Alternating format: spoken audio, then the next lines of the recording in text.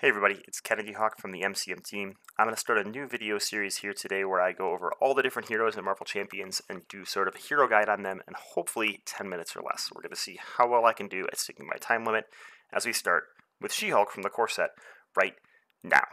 So, She-Hulk is an awesome ally from the core set. What we're going to talk about today is her main hook, the key cards in her kit, an aspect primer where we go over each aspect with She-Hulk and talk about which cards work well with her thematics, and then go through my patented archery rating system to give She-Hulk a rating on the KennedyHawk scale. Alright, so She-Hulk's main hook is that she's the first flipping hero in Marvel Champions. And what I mean by that is she's the first hero in Marvel Champions, all the way back in the core set, that really wanted you to flip to alter ego form and then jump back up to hero form. Her ability Do You Even Lift has the response after you change to this form, deal 2 damage to an enemy. And that means right from the get-go on your first turn, you can flip to hero form, swing for 3 attack plus that 2, and deal 5 damage without even spending a card. That's really, really strong. The problem is you have to flip to that form, so you're jumping down to alter ego form, letting a lot of threat be placed, and jumping back up. Because of this, she's got threat control and alter ego, and really tries to use damage as a resource where she can not have to exhaust herself but take advantage of that big 3 ATK.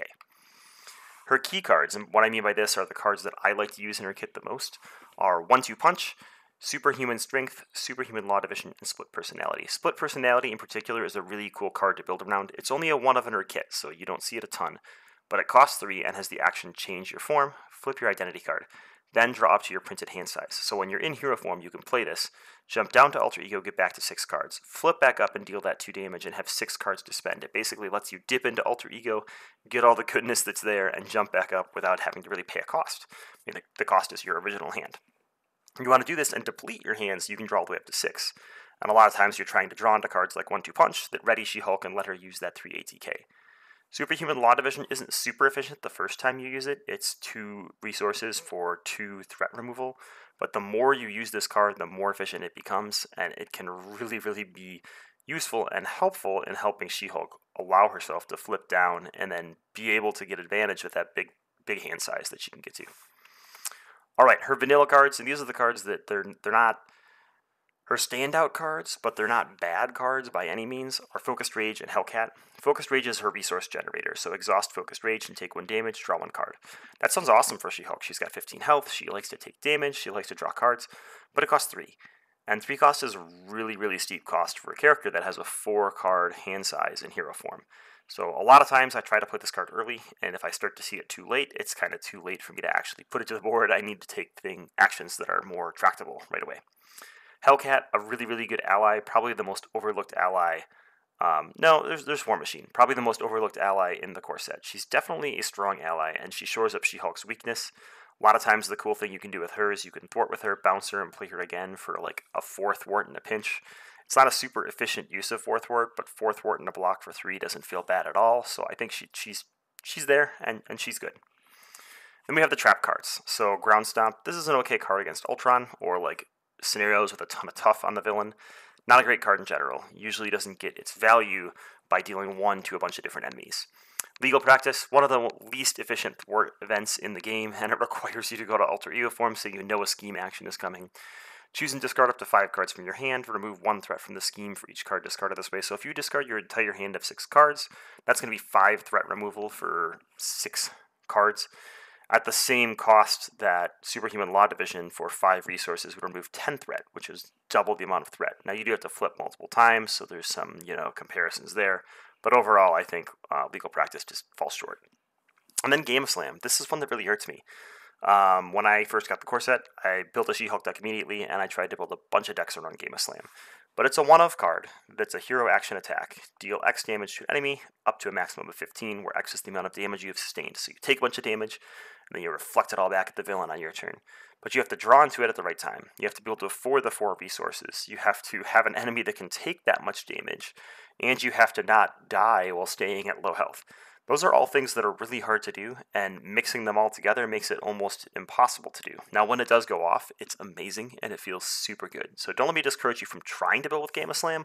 I just think it's kind of a hard one to get going, so I wouldn't recommend it as one of your key cards in a She-Hulk deck. Alright, so her hero overview, her weaknesses are low threat control and the desire to flip. It's kind of a bad pairing.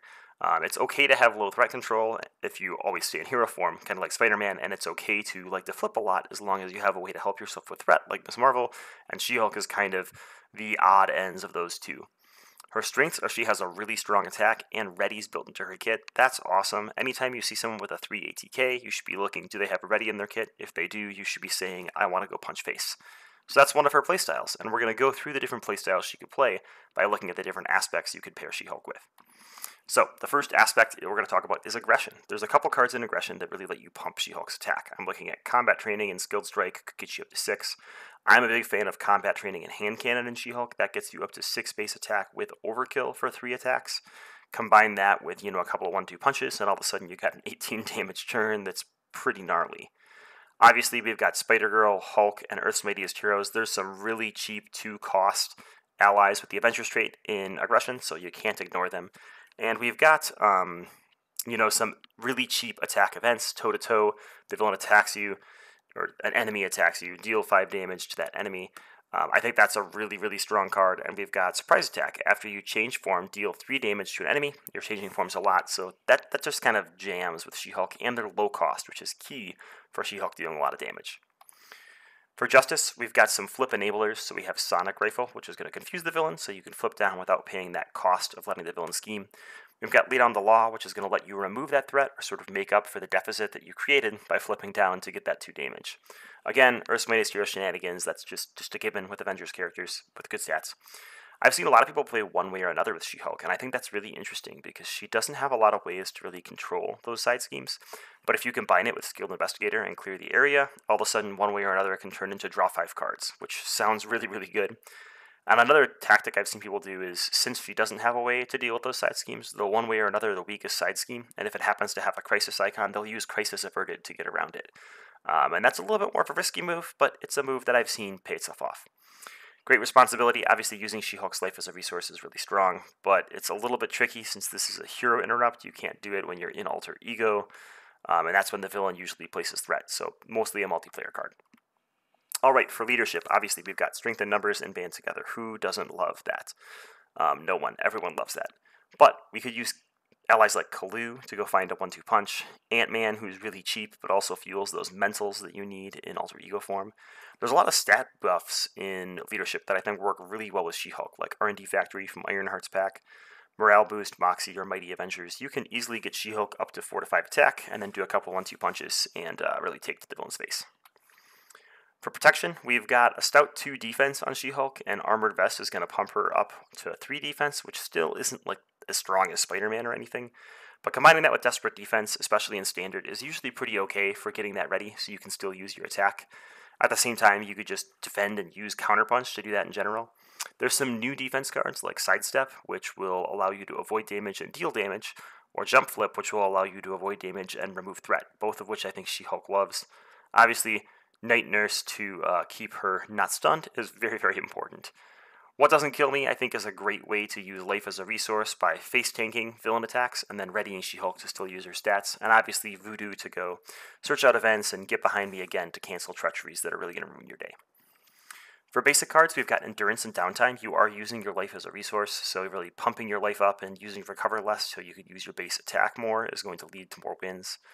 Assess the Situation is really interesting. It doesn't work with Split Personality because that only looks at printed hand size, but at the same time cycling your deck more frequently so you can find Split Personality and find 1-2 punch is really, really clutch. Adrenaline Rush, I think this is really good with She-Hulk because a lot of times you want to wait, buff your attack a ton, and then play a 1-2 1-2 punches so you can attack 3 times at a turn. So that's the perfect turn to trigger Adrenaline Rush. Target acquired as well. There's a lot of exhaustion, there's a lot of stun and boost abilities. You want to deal with those. And Plan B is a really interesting card in her kit, but if you ever get to the point where you can play Split Personality, but you need to get a card out of your hand so that you draw more, you can use Plan B to discard one of those cards and get a little bit of damage out of it. Alright, so for theme, She-Hulk's first appearance. She first appeared in 1980 in her self-titled book, The Savage She-Hulk. Jennifer Walters is a lawyer who receives a blood transfusion from her cousin, Bruce Banner, the Hulk that we all know, and gains Hulk-like powers. Often, she's able to better control her rage than her cousin, but she is a longtime member of the Avengers, and she dabbles in and out with the Fantastic Four, but she's really a mainstay on the Avengers team. She's one of the original fourth wall breaking characters, so boohoo on you Deadpool, She-Hulk had you beat. We're going to run a little bit over on time today, but I want to go through my patented 5-step rating system. It is known as the archery scale. I have a archery target over here, and we are going to judge She-Hulk on power level, decision making, aspect viability, thematics, and fun factor.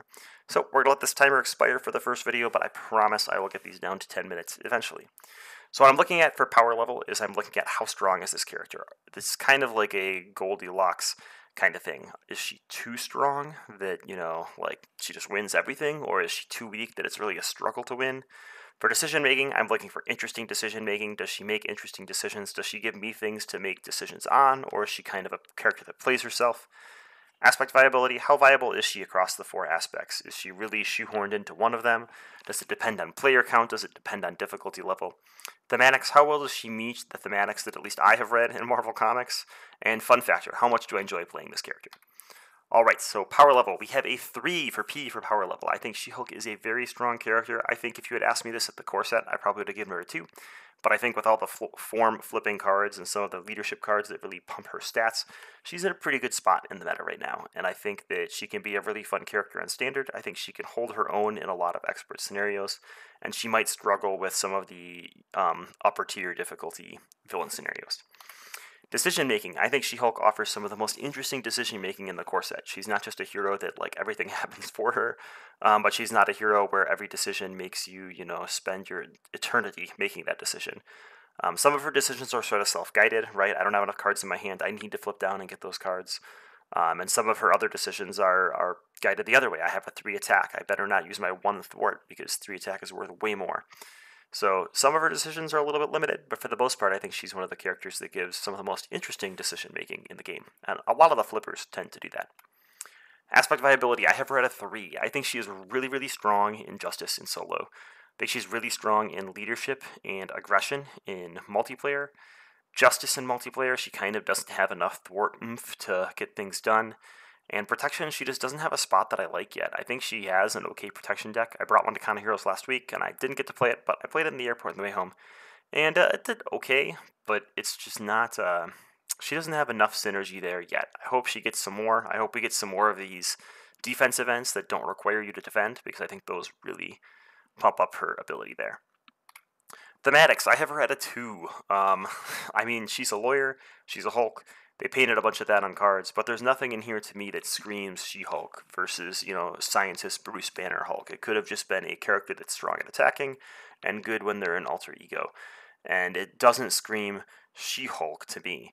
I do think that they did pretty good, especially in the core set, pushing a hero that has this split personality and dual identity.